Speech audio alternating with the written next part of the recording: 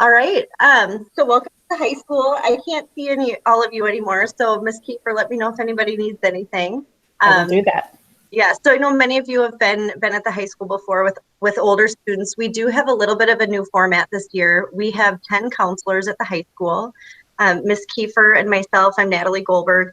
We are the ninth grade counselors, so we work with families kind of on that transition and getting students settled at the high school. Once your student goes to 10th grade, they will be assigned to a counselor based on their last name. So we have 8 10 through 12 counselors available to work with your students for the duration of their high school career. So part of having the ninth grade counselors is we have a teaming model. So like I said, we help support students with the transition to the high school, really working on those relationships in a team-based intervention. Ms. Kieffer and I do meet with the teams of teachers on a weekly basis to do problem solving and some proactive planning in regards to students. So the teams are typically made up of a counselor, an administrator. We do have an intervention specialist / social worker, as well as a core teacher, whether it's English, physics, government, or math.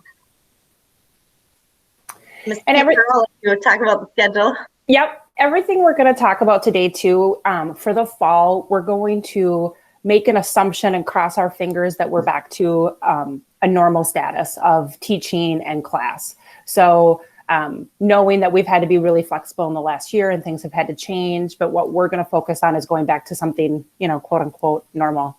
So we typically have a 7-period day we have a mixed schedule actually. And so Monday, Tuesdays, and Fridays, we have a 7-period day, which a student would walk all 7 of their classes. We have 3 lunches. And we do not have a split lunch, which means we don't have a 4th or 5th hour that you go to lunch and go back to that class. So we have clean breaks in between lunches, which is nice for teachers and students when they're in that learning to not have lunch interrupted. So that's on Monday, Tuesdays, and Fridays. And then on on Wednesdays and Thursdays, we have a block schedule. And this is an opportunity for teachers to go a little deeper into their curriculum. Lab classes love this format. Some of the performing arts do as well because they have their kids for a larger chunk, close to 90 minutes. So on Wednesdays is our odd day, and we have 1, 3, 5, and 7. And then on Thursdays, we have 2, and then an advisory block. And in advisory, it's really an opportunity for the counseling department to push in a lot of information. Your 10-12 counselors will do a lot of post-secondary planning and talking about how to explore what you want to do when you leave high school during advisory. For us in 9th grade, we do a lot of learning about yourself and trying to find out what your own interests are so that you're prepared to have those conversations about post-secondary. We're not going to hold anybody to it in 9th and 10th grade, what you think your post-secondary plans are going to be, but it's just an opportunity to explore that and get to know yourself and what your interests might be. So then we have our 4th hour, our 6th hour, and at the end of the day, we have something we call flex block. And this is where 9th graders could be called into one of their classes. Maybe they're missing an assignment or a test or a quiz, or maybe they just need some either help or some enrichment in an area. And it's just an opportunity to do some further study for some of your classes, and the teachers call them in. If they're not called in to a class, they have the opportunity to use it like a study hall or what we call a student prep.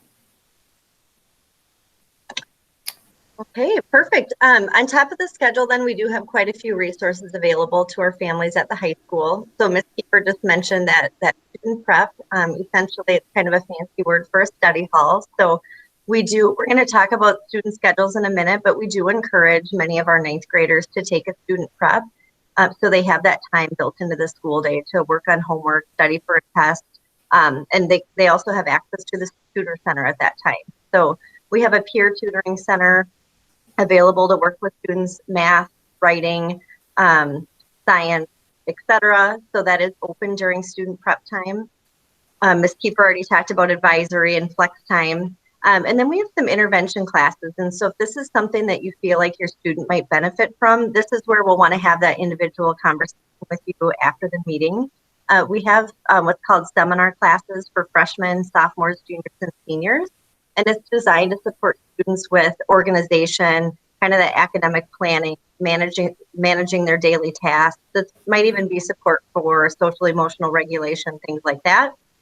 We do offer AVID at the high school. Ms. Kieffer and I will be looking at transcripts. So if we see anyone that's in Avid, we would likely be talking to you about that.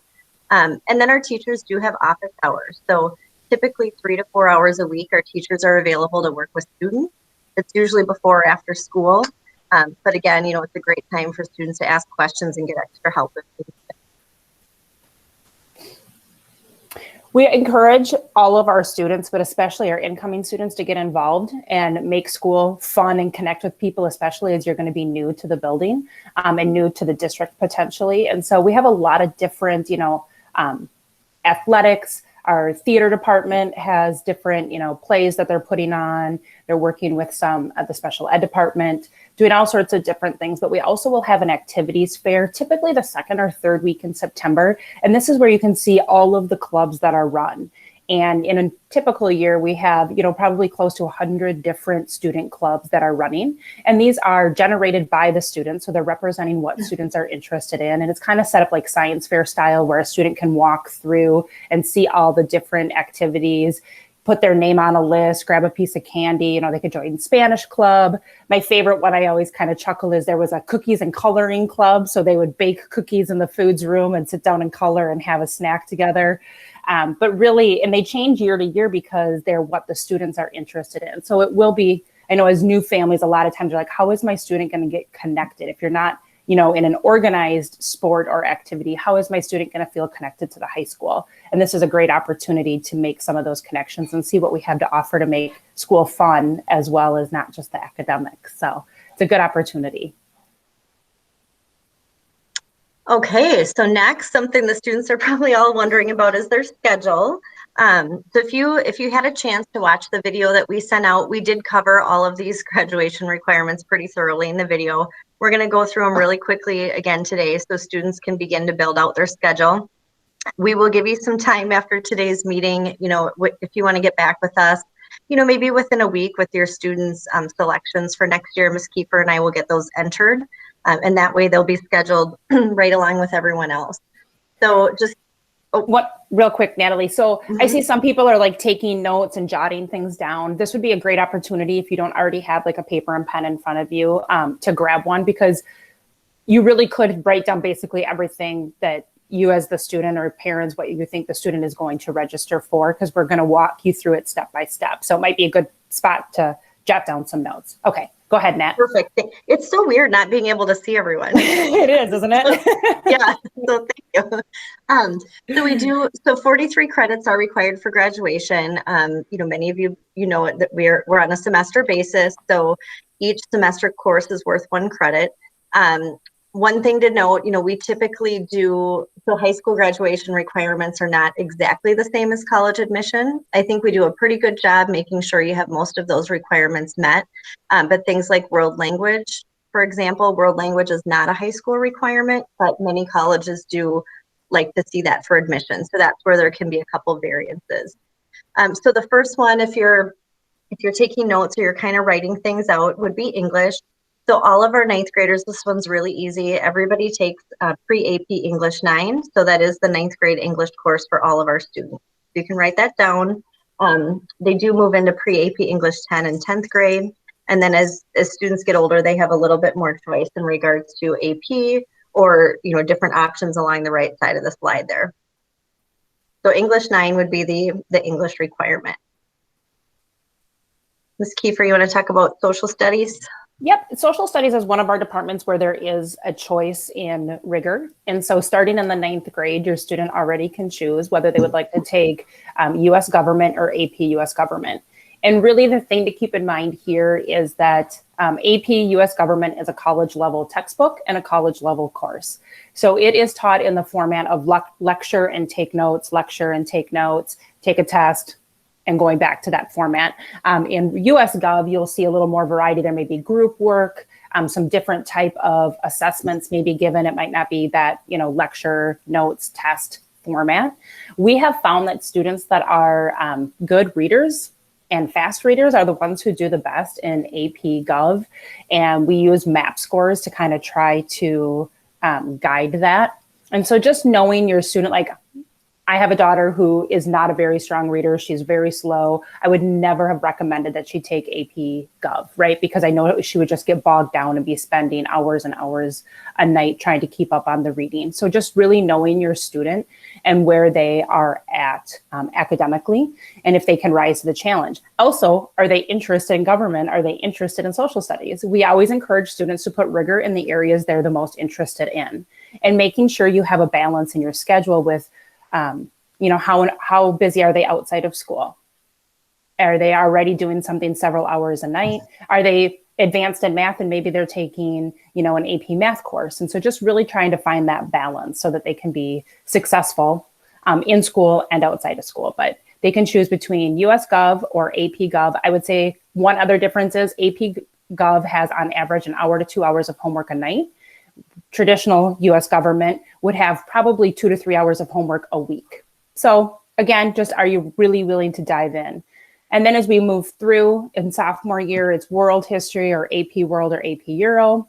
In 11th grade, it's US history or AP US history. And then in 12th grade, it's an econ credit. And then a bunch of really great social studies electives are offered as well that are pretty fun. Like AP Psych is really popular. It's probably the most popular AP course. Mm-hmm. And a student can squeeze that in anytime they want. They don't have to wait till their senior year. This is where the course catalog would be really useful to look at and take a look at those classes as well, and looking at the courses your student's interested in. So for those of you with older students, we do go through this process every year. So, right now we'll focus mostly on ninth grade because there are so many choices, and as students get older, it can become a little bit of a puzzle. So we spend typically the month of February with our current students going through registration. So just know you don't have to memorize all this, and we'll continue to help you work through it. Mm-hmm. So the next one in sequence, so if we back up a minute, we have 7 classes a day. So we've filled in English and potentially social studies. So math would be that third, that third spot in the day. Typically, so math is sequential. So math is going to build on the previous class from before. Miss Kieffer and I do have all of your records. So if you're here in the meet, we've gotten your records from your previous school. But also if you have questions, again, definitely you can ask at the end. You can reach out to us. But I know we've got some OLG families here, so I'm going to jump ahead just for a quick minute, if you don't mind. Our math department lead has been working with the OLG math teachers. And so the students at, OLG that are currently in Algebra 1 should be going into geometry next year. Our students that are at in algebra concepts at OLG will go into intermediate algebra. And if you're in geometry, you'll go into algebra 2. And we'll be touching base with the OLG math teacher again at the end of the year, just to make sure that that this recommendation still stands. But this was the recommendation as of early February. So for our other students coming in from other districts, if you find your math class on here, then you can choose the next one in sequence. Most of you are probably going to be somewhere, in the intermediate algebra, geometry, algebra 2 area. But again, if you have questions, let us know and we can help you through that. And if you're currently in algebra, because algebra is not on here, and algebra is the 8th grade, the traditional 8th grade class. So if you're in algebra as an 8th grader, you would take intermediate algebra next year. So that one's not on our list because that might be the one you're taking right now, and we don't offer algebra at the high school, so we don't have it on our credit sheet. But if you are right on track where you're supposed to be, next year you would take intermediate algebra. And if you're advanced in math, that's where you kind of have to look and see where it lines up for you. Perfect. All right. Ms. Kieffer, physics. Yeah, so here's another place where you get a choice. Our 9th graders take physics, and you can take physics or enriched physics. The biggest difference in the two is math. Enriched physics is more math-based and moves at a little quicker pace, but not significantly. They hit the same standards. And so really it's just, are you interested in science? Are you pretty good at math? Then you might want to do enriched physics. If you're not, the traditional physics is perfect as well. And then in 10th grade, it would be chemistry, and 11th grade, it would be biology. And then there's an enriched version of all of those. We have AP courses in all of these as well, but the AP courses are set up to be a second year course. So the expectation is you take physics, chemistry, bio, and then you could choose an AP in one of those later on. Okay, and then we have a few additional credits that can be taken kind of at any time. So we do require 1 semester of health, a semester of personal wellness, another semester of a wellness class. And again, here's where we have a lot of electives. We've got strength and conditioning, lifetime sport, girls only phy ed, just a lot of different options. And then as well as a year of fine art. So again, those can be taken at any time, but also not to be forgotten as those are required for graduation. So if we look at kind of a typical schedule for a 9th grade student, as we talked about, all of our students take the English, government, math, and science. So that would be 4 of the 7 slots. Again, we do encourage our 9th grade students to take a student prep. That 7th period is built into the school day, designed to be a student prep. That being said, some of our students have different reasons with their schedule that they need to fill all 7 slots. But typically then we might see a student take, the other 2 spots might be your world language, it might be your health and personal wellness, it might be a music class, a visual art, something like that. So this is where you kind of have that decision to make as you're working together to figure out what your schedule is going to look like. And we also think that if you're somebody who thinks, oh, I want to take 7 classes, I really want to take advantage of some of these great electives, maybe take the student prep just first semester. So you can transition to high school, get used to the pace, the homework level, your way around the building, all those things that happen as an incoming 9th grader. And then you could take a semester elective second semester and take all 7 if you wanted to. But we strongly believe that you could have a student prep and still get all of your requirements in for graduation. It gets a little tricky when you're like, oh, but I want to take a foods class or I want to take an engineering course and I'm a world language and a music kid. That's where it gets to be a little bit tighter, but you still can fit everything in and you don't have to rush and do it quickly. We really encourage you to get used to the building and the expectations that come with going to Edina High School. Next one. Yes. Okay. So speaking of the college requirements, so as you look through, you can see most of what we require for high school graduation does meet college requirements as well. Although we require 3 years of math for high school graduation, and for college admission, typically 4 years are preferred. And we do see many of our students take math all 4 years at the high school. And science would be another category that we do have many of our students taking science all 4 years. So those 3 years are required, but again, a 4th year might be in order if you're looking at college admissions, or you have an interest in science. We have plenty of science classes to choose from. Social studies, again, our high school requirement does typically meet admissions requirements, so all is well there. But world language is the one where there can be some confusion.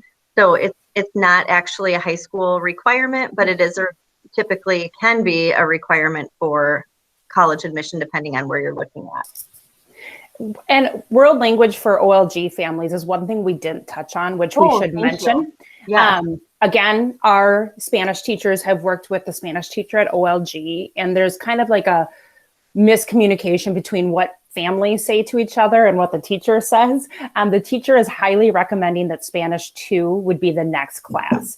And it may be a little overwhelming and move at a fast pace in the beginning, but they have found that the students who stick with Spanish 2 from OLG, that they do get the pace and it does feel okay.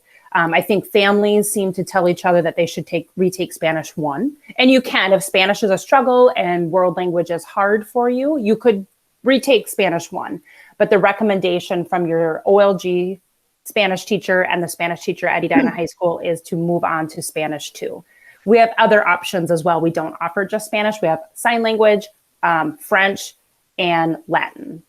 So Chinese. So there are a few other options. If you did Spanish and it was hard and you're like, I don't want to do that again, this is also a great opportunity to switch and do a different language if you're interested in it. But I just wanted to mention that one more thing for those OLG families. Yeah, thank you. Yeah. Next one. All right. So what's next? So so today we talked about classes. So the next piece would be, as a family, kind of making that decision. What are those 7 classes in the fall and 7 in the spring going to be? We did send you a planning worksheet. If you'd like, you're welcome to. If you have access to a printer, you can print it out. fill it out, scan it back to us.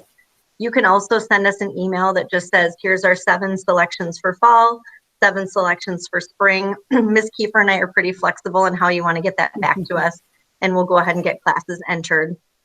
As Ms. Kieffer mentioned, we are certainly hoping to have Get Connected Day in August. Students will get their schedule. They'll be able to walk around, find classes. Teachers will be around. It's not necessarily a teacher meet and greet, but you'll be able to, see some staff as well. The first day of school is August 30th.